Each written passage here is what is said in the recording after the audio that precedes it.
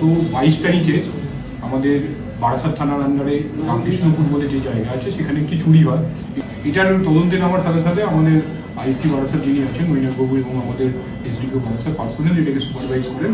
আমাদের যারা পিসি টিম আছে এবং আয়ো দুজনে অত্যন্ত দক্ষতার সাথে কাজ করার পরে আমাদের টেকনিক্যাল অ্যাসিস্ট্যান্সের মাধ্যমে আমরা একজনকে আইডেন্টিফাই করি যার নাম সুব্রত চক্রবর্তী।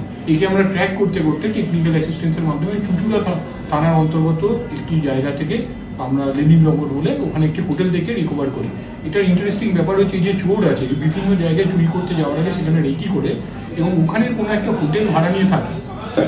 এবং সব থেকে ইন্টারেস্টিং জিনিস হচ্ছে আমাদের এখানে যখন চুরি হলো তখন বারাসাতে কালী পুজো চলছে এবং কালী পুজোর সময় এখানে হোটেল ভাড়া করে এখানে চুরি করে এখান থেকে চলে গেল।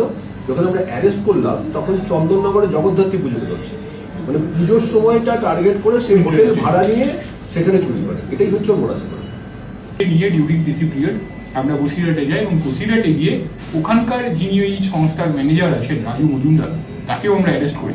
এই রাজু মজুমদারকে অ্যারেস্ট করার পরে আমরা যে ওখানে বসিরহাটে একটি দোকানকে আইডেন্টিফাই করি যেখানে এই সোনার স্টোলেন আর্টিকেল যেগুলো আছে সেগুলোকে বিক্রি করা।